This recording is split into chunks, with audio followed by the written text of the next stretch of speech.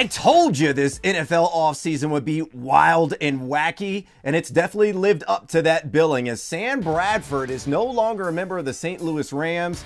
He was swapped for Nick Foles, formerly of the Philadelphia Eagles, and really a monumental trade for both teams, and a puzzling one potentially for Philly fans, and understandably so. Look, Sam Bradford has missed 15 games since his rookie season in 2010 and has only shown occasional flashes of being a high-level quarterback in this league. Now, for fantasy purposes, this is an ideal situation with some caveats. If Sam Bradford stays healthy, and if the Philadelphia Eagles don't sell the farm for Marcus Mariota, and he's the starter week 1, he's definitely a quarterback of interest. He's in a high-flying, potent system, even sans LaShawn McCoy and Jeremy Maclin.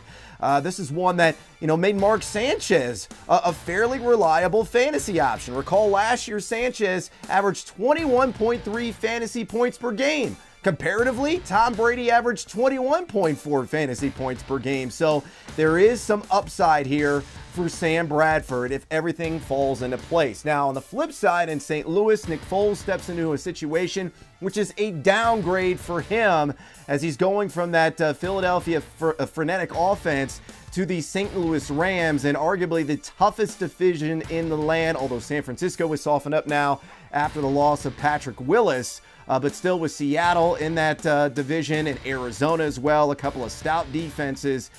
Nick Foles is going to have his hands full in those matchups. Now, I will say this, even though he's more of a middling QB2 in 12-team leagues, this is an uptick potentially for the likes of a Brian Quick, or Stedman Bailey, and even to a certain extent Trey Mason as well, as the offense will be much healthier and hopefully more efficient for these guys as it was compared to last year. So still a craziness abound right now in the NFL. My head is still spinning like Beetlejuice trying to soak up all this information, and yet this is only the beginning.